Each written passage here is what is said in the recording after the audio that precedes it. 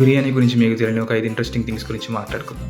Number 1, అసలు ఈ బిర్యానీ ఎక్కడి నుంచి వచ్చింది? దశాబ్దాలుగా కాదు శతాబ్దాలుగా మానవాళి ఆకలిని తీరుస్తున్న ఈ బిర్యానీ పర్షియాకు చెందినదిగా పరిగణిస్తారు. కొన్ని థియరీల ప్రకారం పర్షియన్ పదమైన బిరియన్ నుండి ఈ బిర్యానీ అనే పదం వచ్చిందని చెప్తారు.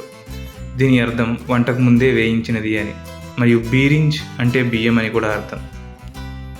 ఈ వంటకాన్ని పర్షియా నుండి భారతదేశానికి తీసుకొచ్చినందుకు, దీనికి మొఘలై పదార్థాలను జోడించడం ద్వారా మరింత టేస్ట్ యాడ్ చేసినందుకు మొఘలులకు మనం రుణపడి ఉండాలి.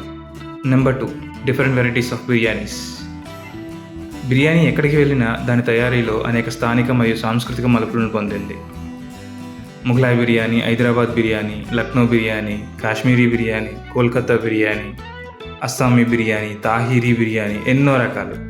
అక్కడ లోకల్ వాళ్ళకు నచ్చినట్టుగా మార్పులు చేసుకోవడం ద్వారా ఇన్ని రకాల బిర్యానీలు పుట్టుకొచ్చాయి. నెంబర్ 3, 2018లో ఆన్లైన్లో అత్యధికంగా ఆర్డర్ చేసిన ఫుడ్ డిష్గా చికెన్ బిర్యానీ నిలిచింది. అంతేకాదు 2019లో ఇండియాలో అత్యధికంగా గూగుల్ సెర్చ్ చేసిన వంటకంగా కూడా బిర్యానీ నిలిచింది. Number 4, record holding restaurant.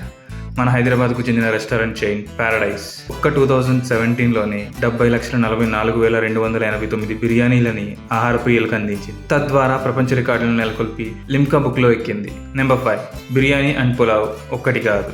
మన తెలంగాణలో బగారా రైస్ అని కూడా అంటాం కదా. It's not biryani. పులావ్ తయారు చేయడం చాలా ఈజీ, కానీ బిర్యానీ చేయడం చాలా కష్టం. అందులో వేసే ఇంగ్రీడియంట్స్ అండ్ ప్రాసెస్ చాలా డిఫరెంట్గా ఉంటుంది. కొంచెం అటు ఇటు అయిన టేస్ట్ మారిపోతుంది. ఆ రెండింటినీ ఒక్కటిగా భావించకండి. ఈ కంటెంట్ మీకు నచ్చినట్లయితే లైక్ చేసి షేర్ చేయండి. ఇలాంటి మరిన్ని వీడియోల కోసం మా ఛానల్ని సబ్స్క్రైబ్ చేసుకోండి. Thanks for watching. See you in the next video.